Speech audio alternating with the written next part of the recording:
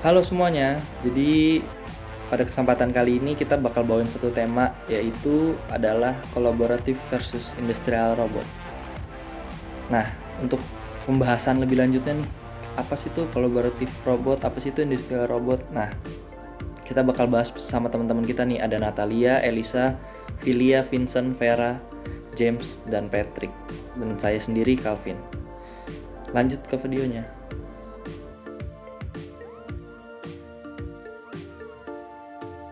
Jadi pertama-tama aku mau jelasin dulu apa itu industrial collaborative robot.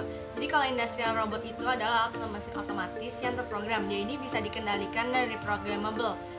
Robot ini itu biasa melakukan pekerjaan kayak pengelasan, perakitan, pengecatan, dan juga inspeksi produk.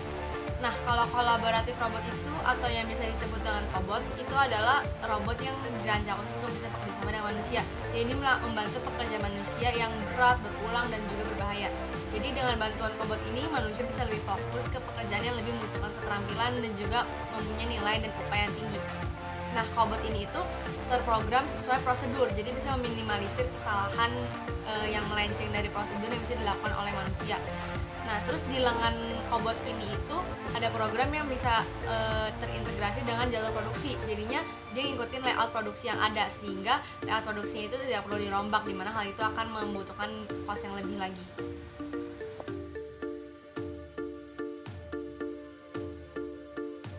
Pada topik ini aku akan menjelaskan mengenai perbedaan kolaboratif robot dan industrial robot.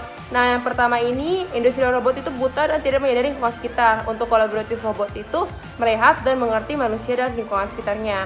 Nah, yang perbedaan kedua ini, industrial robot itu membutuhkan programmer ahli, sedangkan kolaboratif robot itu dapat dilatih pada pekerja biasa. Nah, selanjutnya aku akan menjelaskan mengenai fitur-fitur pada cobot. Yang pertama itu ada safety monitor stop. Jika memasuki area terbatas yang telah ditentukan, maka robot akan menghentikan gerakannya. Yang kedua itu ada hand guiding. Digunakan untuk membantu tangan operator dalam melakukan pekerjaan. Untuk ketiga itu ada seat, speed, and separated monitoring. Jika pekerja berada pada safety zone, maka robot akan beroperasi dengan kecepatan yang telah ditetapkan dan berhenti saat apabila posisi manusia terlalu dekat. Dan keempat ada power limited features. Fitur utama dari program ini adalah kemampuan robot untuk dapat merasakan atau membaca gaya.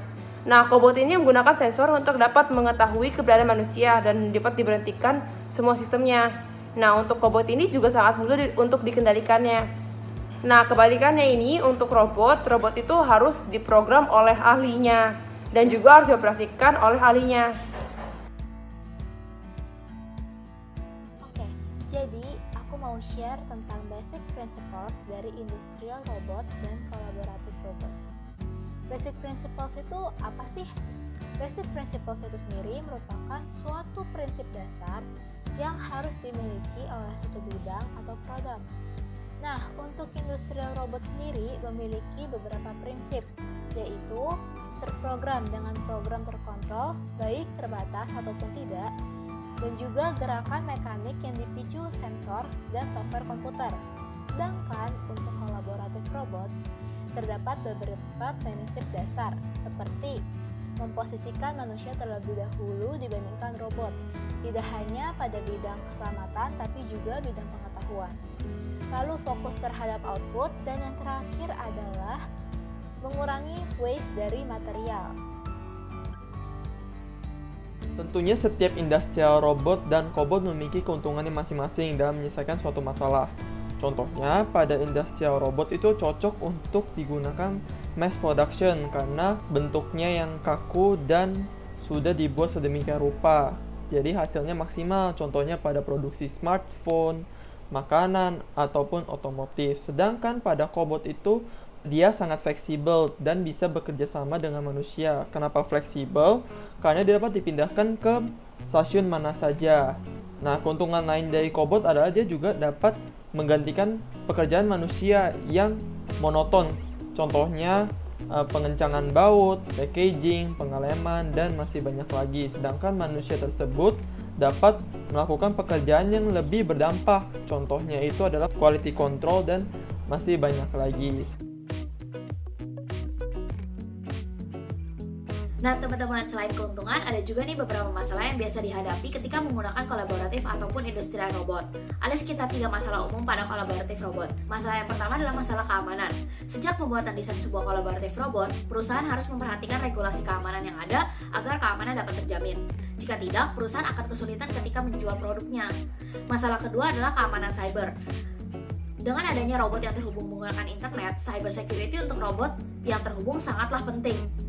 Masalah terakhir adalah mesin-mesin yang ada atau robot-robot yang ada perlu dipelihara, dirawat, dibangun, dan juga dilatih. Kegiatan-kegiatan tersebut membutuhkan orang atau sumber daya manusia untuk menjalankannya. Maka dari itu, sumber manusia atau orang-orang sangatlah penting dan diperlukan. Selain kolaboratif robot, terdapat juga industri robot. Masalah yang umum terjadi pada industri robot adalah waktu. Industri robot yang baru dibeli atau dipasang tidak bisa langsung produktif. Butuh waktu untuk membuat industri robot berfungsi dengan baik. Selain itu, industri robot memerlukan perawatan. Mesin-mesin yang digunakan secara terus-menerus dalam jangka waktu yang panjang tentunya memerlukan perawatan agar tetap dapat digunakan secara maksimal. Jika ada komponen yang rusak, harus segera diganti. Dengan adanya perawatan yang baik, mesin akan tahan lama dan dapat terus memproduksi barang. Masalah yang terakhir adalah sabotase. Ketika perusahaan ingin mengganti pekerja atau buruh pabrik dengan industri robot, bisa saja ada tindakan penolakan oleh buruh pabrik seperti perusakan mesin yang membuat mesin terlihat tidak produktif, atau hal-hal lainnya yang akan merugikan perusahaan.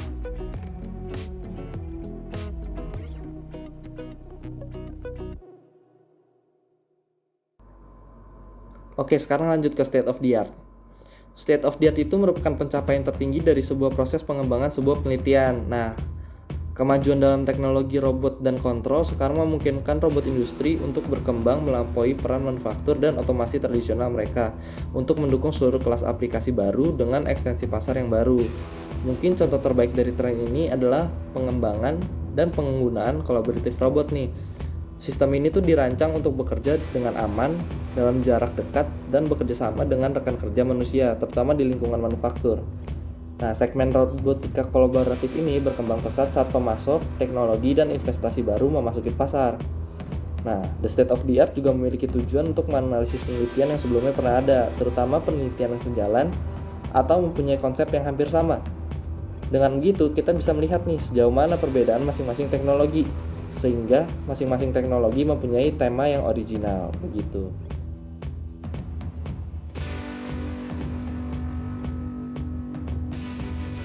Oke, setelah membahas yang tadi, selanjutnya kita akan bahas perbandingan cost antara robot dan cobot. Jadi, seperti yang kita ketahui, cobot itu kan membantu tugas manusia, sedangkan robot mengganti tugas manusia. Hal ini juga membedakan harga upfront dari produknya. Jadi, robot itu jelas lebih mahal, karena robot itu fully automatic, sedangkan cobot itu membutuhkan tugas manusia sebagai pembantunya. Nah, jadi programnya lebih rumit. Hal ini membuat cobot bisa dijangkau oleh perusahaan-perusahaan kecil. Begitu juga dengan operational cost-nya. Jadi kalau cobot itu memiliki daya yang lebih rendah serta maintenance yang lebih rendah dibandingkan sama robot. Namun tidak bisa dipungkiri kalau produktivitas robot itu pasti lebih tinggi. Nah, begitu juga dengan program lainnya. Jadi kalau robot memiliki programnya lebih panjang, hasil kerja lebih rumit, namun dengan cost yang lebih tinggi dibandingkan sama cobot yang lebih rendah.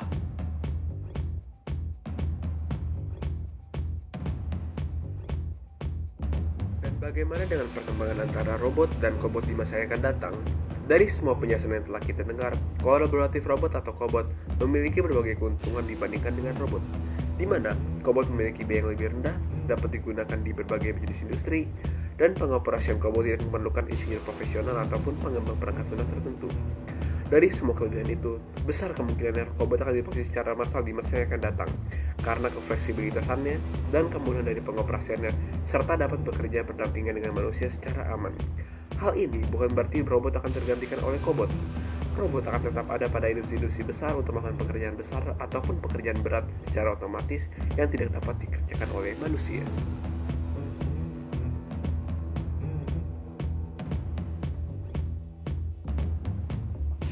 Oke, pada topik selanjutnya kita akan membahas tentang perkembangan robot dan cobot di Indonesia.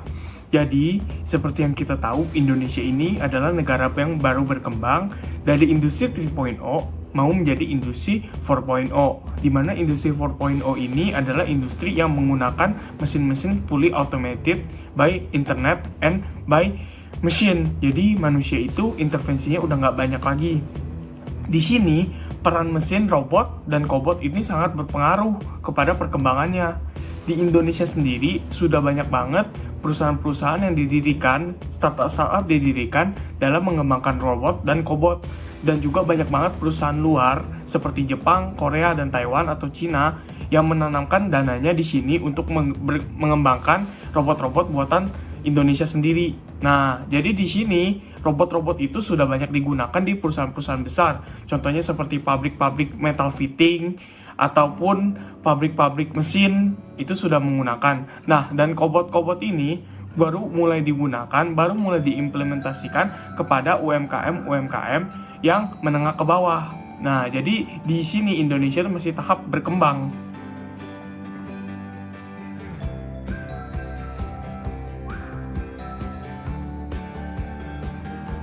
Nah, setelah teman-teman tadi ngejelasin tentang perbedaan antara kobot dan robot serta rentetan-rentetan di dalamnya, mulai dari basic principle, pengertian, hingga sampai ke cost, kekurangan dan kelebihan, kita jadi sebagai mahasiswa bisa menjadi lebih mengerti apa itu kobot dan apa itu juga robot.